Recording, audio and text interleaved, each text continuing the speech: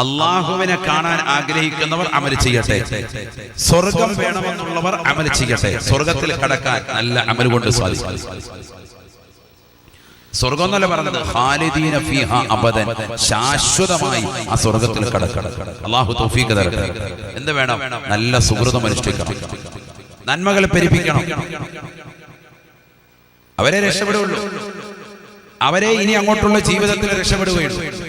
ജീവിതത്തിൽ സുഹൃതം അനുഷ്ഠിച്ചവന് മരണവും സന്തോഷമാണ്. മരിക്കുന്ന സമയത്ത് ഇൻകാന സ്വാലിഹൻ, സ്വാലിഹായ മനുഷ്യനാണ് എങ്കിൽ അവന്റെ അടുക്കൽ വന്നുകൊണ്ട് മലക്കുകൾ പറയുന്ന വാക്യമാണ് സൂറത്തുൽ ഫജ്റിൽ അവസാനമുള്ള.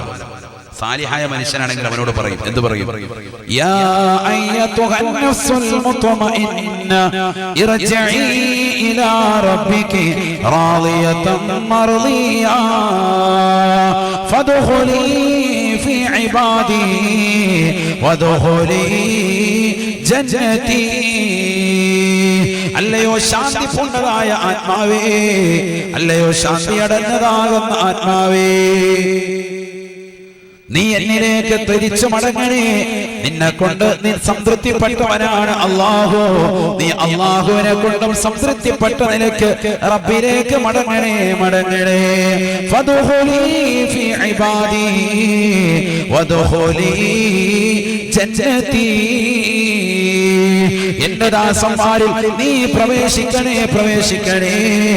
എന്റെ സുന്ദരമായ സ്വർഗത്തിലേക്ക് കടക്കുകയും ചെയ്യണേ, ചെയ്യണേ. ഇതാരോടാണ് പറയുന്നത്? സാലിഹായ വ്യക്തിയോടാണ്.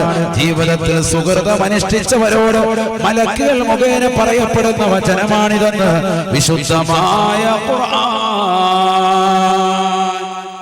മരിക്കുന്ന സന്ദർഭത്തിൽ അവനെ മംഗളം ആശംസിച്ചുകൊണ്ട്, ആശ്വാസം പകർന്നുകൊണ്ട് മലക്കുകൾ അവന്റെ റൂഹിനെ വിട പറയും.